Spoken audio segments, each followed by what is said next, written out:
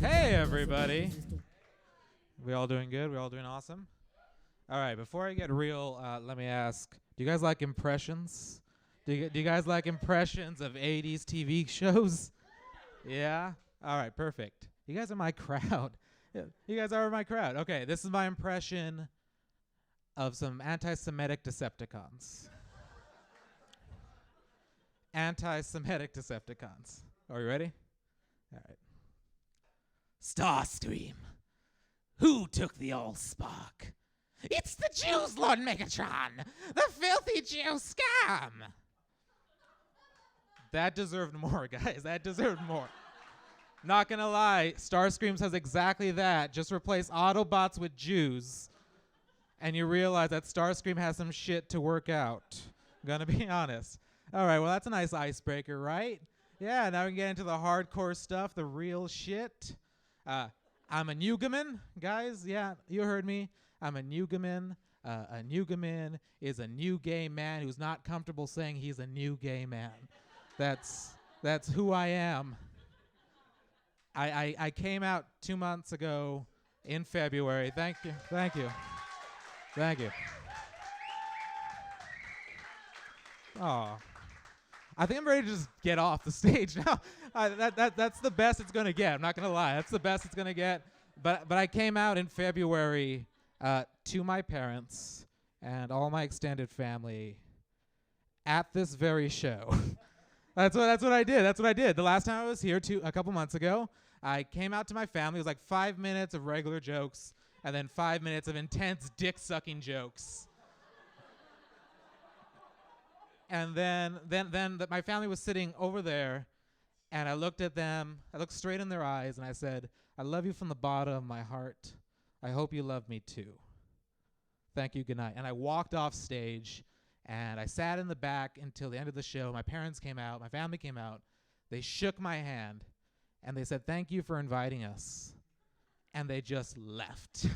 They just left. They left me there. Nothing positive, nothing negative. I was just stuck here at the Ice House, completely broken up. So I just went to the Comedy Store. And I listened to misogyny for 20 minutes, and I felt better. I felt what?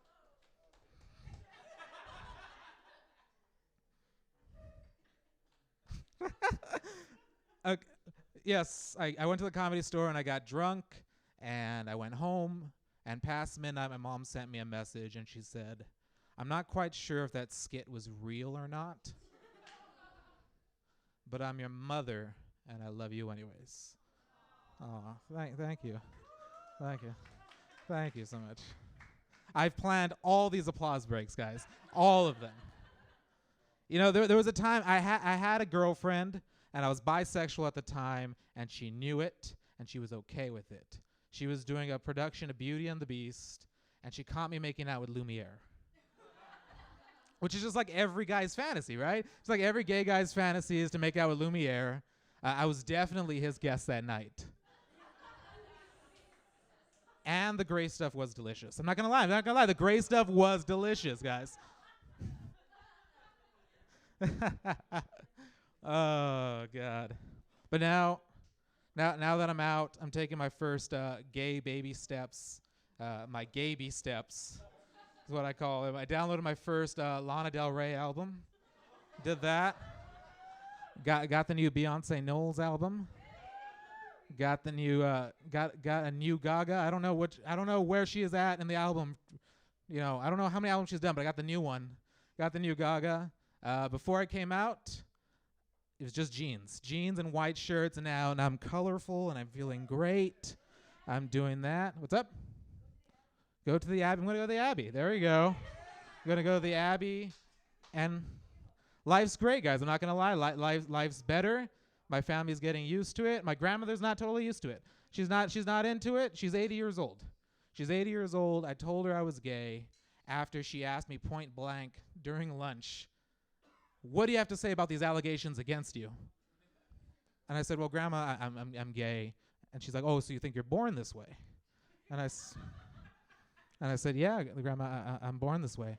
And she's like, I'm just really disappointed because you could have done something with your life. You could have gone back to college.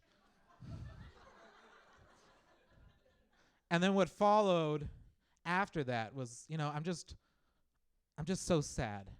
Because your grandfather hated faggots. Your grandfather hated faggots. Yeah, this isn't that funny. I get it. But here's the thing. It's funny to me because she's 80 years old. She's, a Latina woman. She's from a different time. Also, she's the only person in my family who was convinced that I was straight. Okay? So there's a silver lining to it, guys. There's a silver lining. And now I'm just like dating aggressively. I got all the apps, all the gay apps. I'm just dating aggressively. And what that means is that I'm basically just sending pictures of my dick to any online Grindr profile. Any of them. All of them. Yeah. I'm fifth on this show. I spent 50 minutes just sending my dick pic to everyone around here. Caltech is right down the street, right? I know it. Because look, guys, I'm not looking for a man that sees me as a sexy body of meat. I'm looking for a man who sees me for me and my dick. That's what I want. I want that. And when we're done fucking, I want to polish him off to my family and prove that this is not a phase. This is not a phase, despite what my grandmother says, despite everything. Should have gone back to the Caltech. But are you guys familiar with the different types of gay men that there are? There's twinks, there's bears, there's apparently otters, which is something I didn't know about. An otter is just a skinny twink that's very hairy. I want to start a petition. That's not a joke, guys. That's a fact. That's a fact. I want to start a petition to start a new tribe called the GMPD. And that stands for Gay Men for Petite Dicks. Because our kind is underappreciated in this society because society dictates that me as a gay man wants the biggest dick possible in and around me. In every orifice, I just want to be fucked by giant dicks. And it's not true. It's absolutely not true, guys. I'm going to be honest. I don't know what to do to anything besides the head. You work the head, fine. Then the longer the shaft gets, you just want to play hot cross buns on it. Okay? If anyone grew up, playing the recorder in kindergarten, yeah, I just want to play hot cross buns. I don't understand it. I'm afraid. I'm going to be honest with you guys. If you send me a dick pic and your dick is next to a 31-ounce of strawberryta, and it's the same size, I will probably save that pic and never message you again. However, if you send me a pic and you're in skinny jeans and you have an erection and a mini LED flashlight in your pocket and I can't tell which is which, we can make it work, guys. We can make it work. Being on Grindr, I realized it's not all about sex. You guys may think the contrary, but sometimes men just want to meet up with you and talk to you for about an hour and a half, and then you guys go into the bedroom, and he just wants to rub his balls on your face. You got to realize that that's a part of the society, that they don't want to have sex with you. They just want to rub their balls on your face. And you have to go to a Gelson's and pick out 2 kiwis and just casually rub them against your face just to see if you're okay with it. And then you got to awkwardly put the kiwis back because you're not going to fucking buy them. You're not going to fucking buy those kiwis. That's something that happened to me. That's part of the lifestyle, guys. It's part of it. I did meet the man of my dreams recently on Grindr. He's white. That's my only criteria for the man of my dreams, is that he's white. And he was so great. I just had to not send my dick pic to him and send him an address so we can meet up and go on an actual date. And we're talking, and I'm really enjoying this guy. He's cute. He's funny. He goes to Caltech. And halfway through the date, I realized he was a racist. This is where the set goes down, because he was a racist, and I just thought he was being cute. He asked me if I was gay, bi, or whatever, and I said, I'm gay, and he said verbatim, "Oh, that's great, because that means you're not contributing to the beaner producing machine that's plaguing California." This is what he told me, and my reaction is, this guy's quirky. This guy's cute. He's quirky. He's into it. Okay. I lost you guys. Okay. Yeah. So I go on a date with a racist. Fine. Okay. People make mistakes. You just got to move past them and just go on. But the thing is, guys, I'm going on a date with that racist right after this. I truly, honestly am. Because the thing about racists, guys, is that they give the best blowjobs. It's true. He's like trying to suck the ethnicity out of you.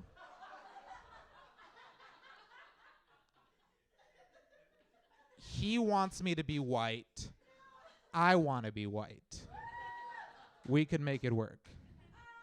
So I'm going to leave you guys. Thank you guys. I'm going to leave you guys with a little bit of inspiration from my last show. These were I debated about the last words my grandfather told me before he died, or some words that a transvestite told me at a Rocky Horror Picture Show. And since my grandfather's last words were chocolate shakes are delicious, I'm going to talk about the transvestite. The transvestite, its name was Scotty. And it played Magenta. And she said at the end of the show, it doesn't matter who you love or how you love, as long as you love. I love you guys from the bottom of my heart. Thank you. Good night.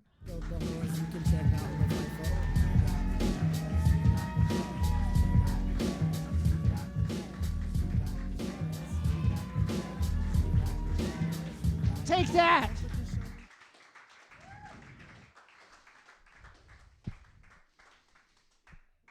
You think I'm an old chicken hawk, going after the young. I know a few gay terms. Now I know a few more. I took my girlfriend.